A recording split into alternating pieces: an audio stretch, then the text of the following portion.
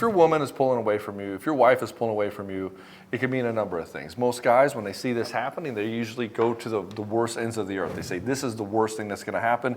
They go to these worst case scenarios. They think that everything's falling apart. Or what they've done is they've neglected their relationship forever, and now when she decides she's going to pull away, she's really pulling away. And in this video, I'm going to show you the reasons why women pull away, either it's your girlfriend or it's your wife, and what you can do to mitigate those problems and not make it worse, so that you can actually have a critical conversation to turn this situation around so that she comes at you and is loving. You can turn her from her pain back into her heart, which is the main thing that guys can do for his woman, so that she can absolutely be in this place, honeymoon phase with you, and actually love you and care for you and be devoted to you and desire you sexually. My name is Baxter, and I help guys in betrayal situations. I've coached thousands of men, tens of thousands of men who come through my doors in one form or another. I've had over 3,000 guys come through the Betrayed to Badass program. And that's what we do. We'll get you to that place where you make the right decision for you and your children.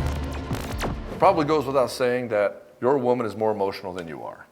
And because she's more emotional than you are, she has a harder time turning it off, which means that how she is feeling, the things and thoughts that are going through her head are going to come a lot more truthfully out of her.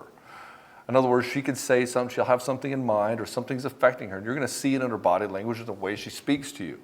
And the biggest mistake that men make is they say, oh, it's about me. It could be any number of things. Most women, most moms especially, are dealing with two big things: overwhelm and overdrive. I've got too much on my plate and I can't stop running. And so they're constantly in this game of overwhelm and overdrive. And this, obviously, if she's focused on all this, isn't going to be you. And there's so many men out there that are looking for their wives to be their mother. Like, hey, she didn't compliment me today, or hey, she didn't give me a touch or a kiss, or she didn't hug me and tell me she loved me. So does this mean that she's not attracted to me anymore? Does she not like me? Like, I need attention too. You'll find this, a lot of men run into this category of, like, they'll have the first child and the husband will say, well, she forgot about me. It's like, dude, what are you talking about? She has a baby. You should be grateful she's leaning in so hard to that child, because this means you don't have to. You're not necessarily built for it like she is. And so her leaning into this is actually a good thing for you. You lean into that with her. Encourage that. And so guys will sit there and they'll think, well, she's upset. And they'll immediately think, it's me. Like, I did something wrong. And usually this comes from some sort of inattention or a bad situation with their mother growing up. In other words, the mom gave inconsistent love, or she would be very loving one moment and then she'd criticize in the next moment. And then what this does is the woman, the mom in this situation, is manipulating her child to be a good boy and to use him as this venting tool. And so she'll vent on her child her frustrations, or she'll manipulate guilt and shame to get him to do what she wants him to do. And so the child doesn't know what to do. He's walking on eggshells. And in this walking on eggshells place, the mom was also teaching the child, the little boy, that, hey, you're going to get love only when you perform properly. And so the boy doesn't get this feeling of intrinsic love like a mother should give him. And he doesn't get this safety and security. And this starts to come out in his relationships, and it opens up this whole game of, oh, if my wife's mad, I'm doing something wrong. Oh, she's distant, it's me, I fucked up. And so this dynamic between him and his mother now plays into his relationship with his wife, which ends up being, now he's trying to fix the problem all the time. And so then the second problem starts to manifest, which is he smothers the fuck out of her. Every time she has a problem, he's like, what's wrong? What's going on? Did I do something wrong? What's happening? And he's walking on eggshells all the time, and she's like, holy shit, dude. Like, are you insecure much? It's not about you. Like, it's not about you all the time. From her perspective, she's going to see him, and she's going to see him like she has to manage his emotions. She can't just be upset. She can't just get angry. She can't just be busy doing something and thinking of other things without having to worry about little boy over here getting his feelings hurt and feeling insecure. And so this is when the wife starts to say stuff like, I can't really talk to you. I can't tell you what's really going on with me.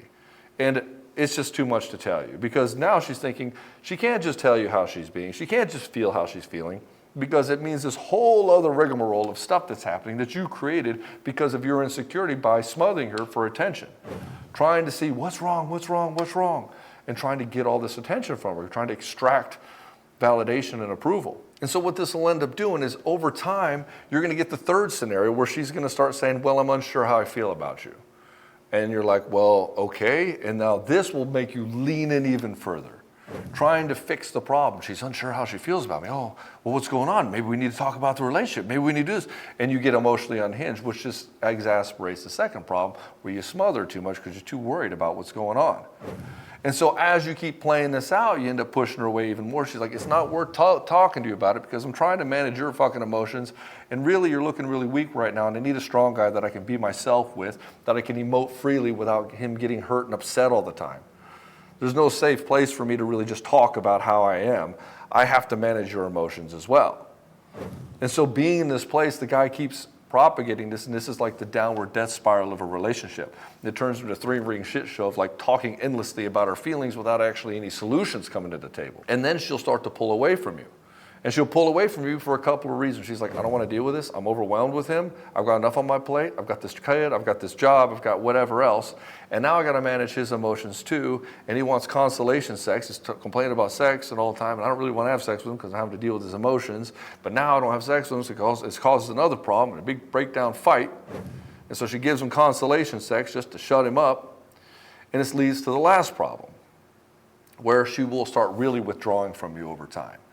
And here you could say it's a test, but really the test has already been failed. What she's doing is she's like, can I get some space from this guy? Can I get some space? And if you don't give her that space, again, you're just exasperating the problem even more, and you're demonstrating to her that you're not even taking her seriously. The woman will say, well, he doesn't listen to me, he doesn't listen to me. And we like to replace that word listen with taking seriously. So here's a pro tip. When you're dealing with your children, don't say you're not listening to me. Say, you're not taking me seriously, and watch how they pivot. Here's what not to do. When she's having a moment, just see it objectively. Oh, she's having a moment. Oh, she didn't say something to me today. She didn't tell me good morning. She didn't tell me she loved me. So what? Who cares? Why is your life and your emotional state hinging on your wife's emotional state? If it's hinged in that manner, you're dealing with some level of codependency on your end. And that means that you are now trying to smother her, trying to get that attention. And if you don't get it, your anxiety is going to go through the fucking roof, which means you have very low emotional self-control, and you're leveraging your wife to make you feel better about yourself, feel secure about yourself, which is the biggest turnoff that a woman will see in a man of all the things is insecurity. And so just don't assume it's you. Whenever she's having a moment, she's getting distant, just assume it's not you. I mean, is it always, it doesn't have to always be, she might even accuse you of this. It's always about you. What are you, a narcissist or something? Now, in my experience, when a woman says that to you, most likely she is. She's got those high tendencies based on the thousands of clients I've worked with. This tends to be a pattern. You're a narcissist. It's always about you. And both of these things definitely happen. You can be this guy who's chasing after her, and you can be with a woman who is narcissistic and takes advantage of you going after her by leveraging you to do more, to perform more, to do more gifts, more favors, more anything. And she'll guilt and shame you and start pulling away from you just to manipulate you and to rope-a-dope you back in. And so if you just assume it's not you, then it gives you some space to calm down. Just calm the fuck down. It's not about you, dude. And then when you realize it's not about you, don't chase her. It's not about you, so there's nothing to fix. So just leave it alone. Just leave her alone. Now, there are some guys out there that just are completely absent in a relationship, and I'm not talking about those guys. I'm talking about the guys who are up her ass all the time because he's insecure and he's afraid his woman's going to leave him all the time, walking on eggshells thinking that he needs to do some more work, do something else to get her back. So in this situation, just leave her alone. Don't chase her. You don't have to pull away. You don't have to be all up her ass. Just stop moving. Stop reaching out to her. Just let her have her space. And don't demand answers. Don't say, hey, what's wrong? You got to tell me what's happening. We need to talk. We need to have communication in the relationship. Most relationships don't fall apart because of communication. They fall apart because people are insecure with themselves and their traumas start coming up and they start accusing each other and acting like weirdos. That's what kills relationships. People not telling the truth of what's happening. They're not telling their actual truth. They're all lying to each other, trying to hide who they are and what they really want and what they really desire in a relationship. And so they end up getting resentful towards each other, and then it comes out in weird ways.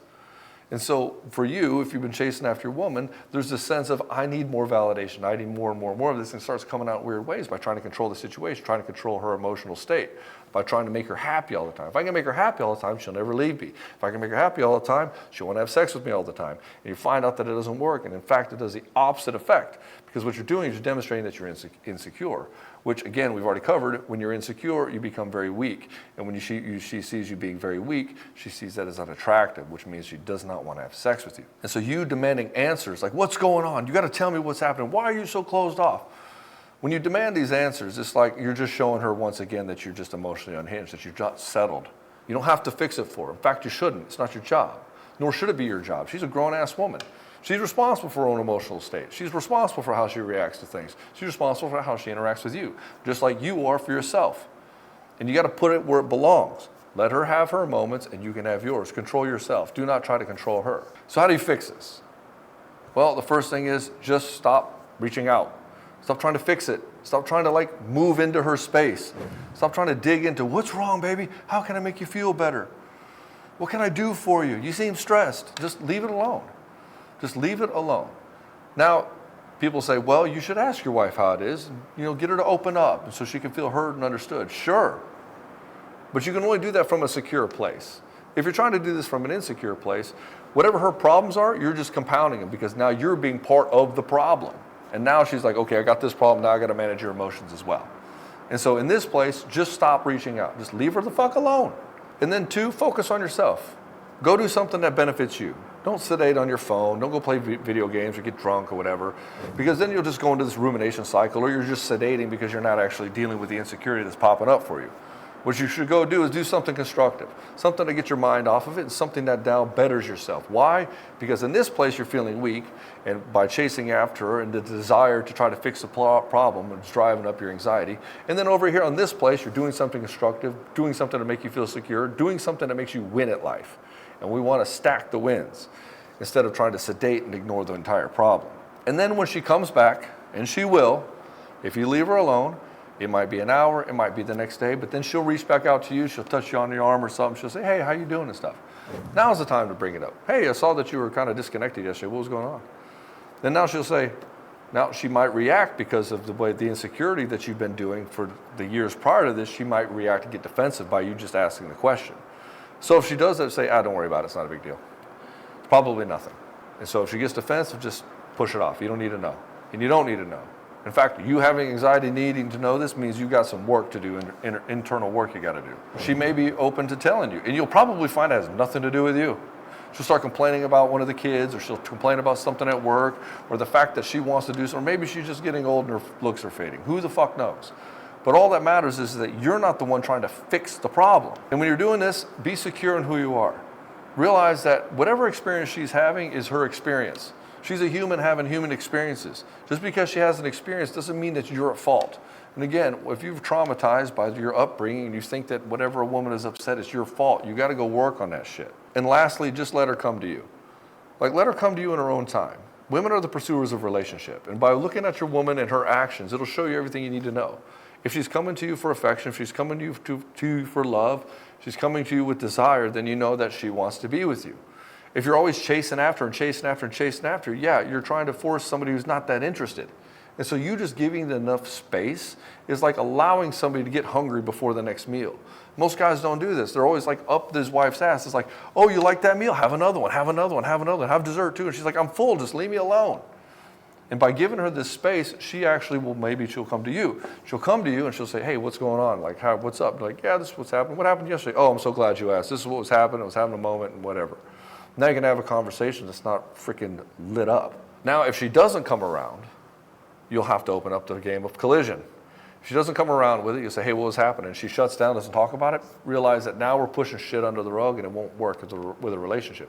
But you can't come from a place of insecurity doing this. Why? Because who is she going to open up to you? You're insecure. It's just going to become her problem even more. So you're going to have to establish that you're secure for a while before you can start stepping into the collision. Then if you're finding out that she doesn't take anything you say seriously, if she doesn't apologize for things, if she's never at fault and everything is you and it becomes this big pile on for you, you'll have to start considering walking away yourself. Why? Because to change that kind of behavior means she's not really looking at you with empathy, wanting to change her behavior because how it makes you feel and she cares about you. She's not looking at you that way. She's looking at what she can get away with. And when you're in a situation where you're approval seeking and it's all about what she can get away with, you're not in a relationship. You're in a codependency control cycle. And so now you're going to have to start leveraging the only tool that's left in your arsenal, which is the power to walk away. And brother, if you're in a situation like this, and if it's toxic, you're with somebody who's narcissistic, borderline, cluster B, any of these type of things, you're probably not going to get it to work. You should not be her therapist. And if you are dealing with this happens to be our specialty in the Broken to Badass program. In fact, we've had over 4,000 guys come through this program, and at this point, nothing we do is to chance. We've got this game so mapped out, it's like a fucking blueprint for the minefield. If you're walking through the minefield without the blueprint, you're gonna lose a fucking leg. And trust me on this, you're gonna go into collision and you're gonna lose your ass and you're gonna fall into more lies, betrayal, manipulation, and you're gonna run into some pretty nasty shit in your relationship. But if you want to turn that shit around quick, like literally in the first couple of weeks and have the first critical conversations that can absolutely redefine how your marriage is going or redefine how you approach women in general and have absolute soulmate seduction in your life, check out Broken to Badass in the description below. Anyways, brother, if you like this video, hit the like button, hit subscribe if you want to see more, and I'll see you in the next one.